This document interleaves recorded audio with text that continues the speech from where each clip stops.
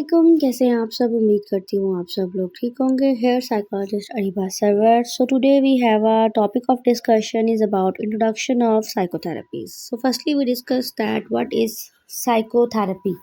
Psychotherapy एक structured process है where a trained professional helps individual to understand manage psychological issues. Like psychotherapy एक मुनज़्ज़म अमल है जिसमें एक तरबियत याफ्ता माहिर नफ्सियात किसी भी पर्सन की ज़हनी, जज्बाती और उसके रवैये में जो मुताल्लिक़ मुश्किलात समझने और हल करने में मदद देता है। बहुत से लोग इस तरह की मुश्किलात से गुज़र रहे होते हैं जिन्हें माहिर नफ्सियात हल करता है। अब what is the psychotherapy goals? तो साइकोथेरेपी के जो मकासद हैं वो सबसे पहले आपकी इमोशनल वेलबींग यानी कि आपके जज्बाती सेहत को बेहतर बनाने के लिए जो है वो साइकोथेरेपी ली जाती है। चेंज अनहेल्दी थिंकिंग पैटर्न, मनफी सोचों में तब्दीली पैदा की जाती है।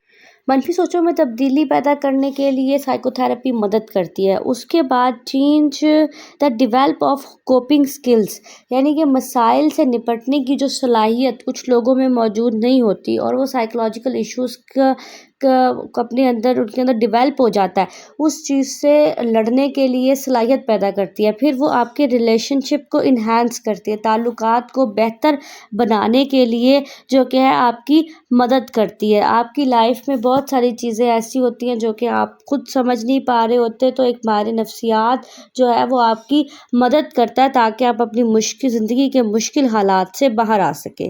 अब मेजर टाइप्स ऑफ साइकोथेरेपी की जो टाइप्स है उसमें पहले कॉग्निटिव बिहेवियरल थेरेपी आती है।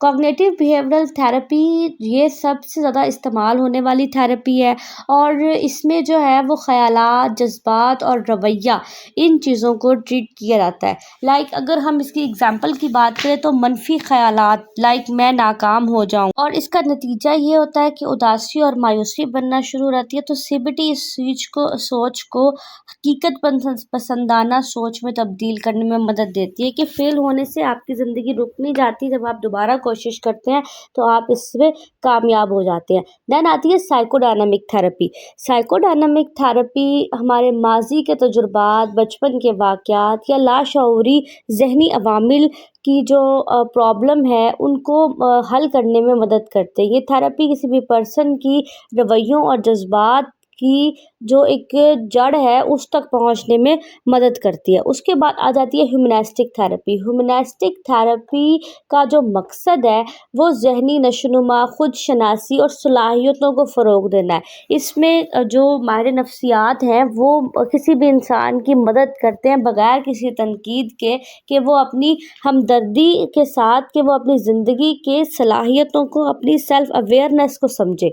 दैन बिहेवियरल थेरेपी आ जाती है। बिहेवियरल थेरेपी गैर सेहतमंद रवैयों में तब्दीली यानी कि ऐसे खौफ है, कोई बुरी आदत है, कोई गुस्से के मसाइल जैसे कि एंगर इश्यूज़ हो गया, फोबियाज़ हो गया, इसमें मस्बत रवैयों को फ़रोग़ देने के लिए बिहेवियरल थेरेपी का इस्तेमाल करते हैं। दैन उसके बाद आ जाती है हमारे पास फैमिली एंड ग्रुप थेरेपी।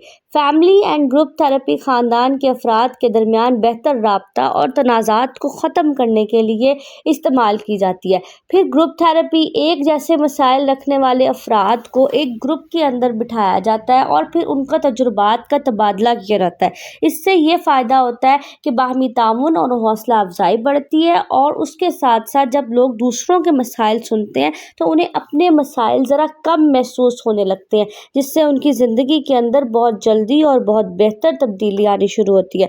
उसके बाद हम आर्ट थेरेपी की तरफ जाते हैं। आर्ट थेरेपी जिसके अंदर हम डिफरेंट आर्ट्स, पेंटिंग, स्केचिंग और डिफरेंट अदर आर्ट्स के ज़रिए क्लाइंट को ट्रीट करने की कोशिश करते हैं जो कि उनके माइंडसेट में तब्दीली लेकर आती है। दैन म्यूज़िक थेरेपी है।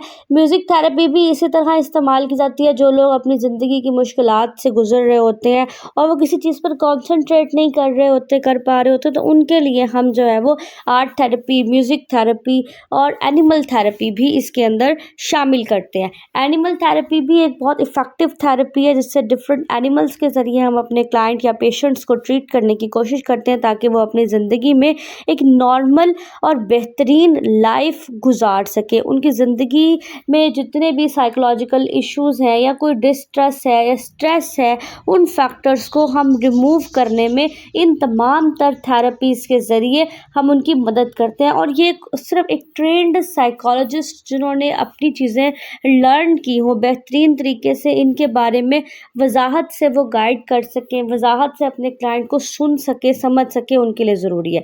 دین آ جاتی ہے techniques of in psycho therapy. Techniques of psycho therapy کے اندر سب سے پہلے ایکٹیو لسننگ آتی ہے.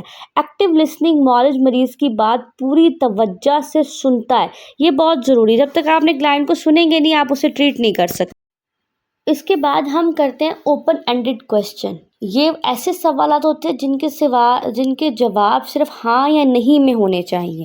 آپ نے اپنے کلائنٹ سے سوال کیا اور اس نے آپ کو جواب دے دیا کہ جی ایسا ہے، جی ویسا ہے. آپ کے پاسٹ میں کوئی ٹراما ہوا تھا آپ کے ساتھ یا آپ نے کوئی پرابلم فیس کی تھی، تو وہ ہاں یا نہ میں جواب دیں گے.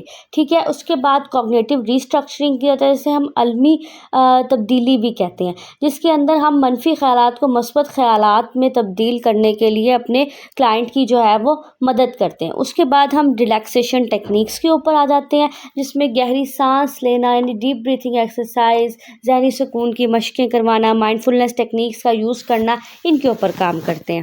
سائیکو تھراپی کے کیا فوائد ہوتے ہیں؟ ذہنی سکون میں اضافہ ہوتا ہے، اضطراب میں تبدیلی آتی ہے، یعنی کہ اسٹریس انزائٹی ریڈیوس ہونی سٹارٹ ہو جاتی ہے. کسی بھی پرسن کے اندر ڈیسیجن میکنگ کوالٹی بڑھنا شروع ہو جاتی ہے، وہ بہتر فیصلہ کر سکتے ہیں.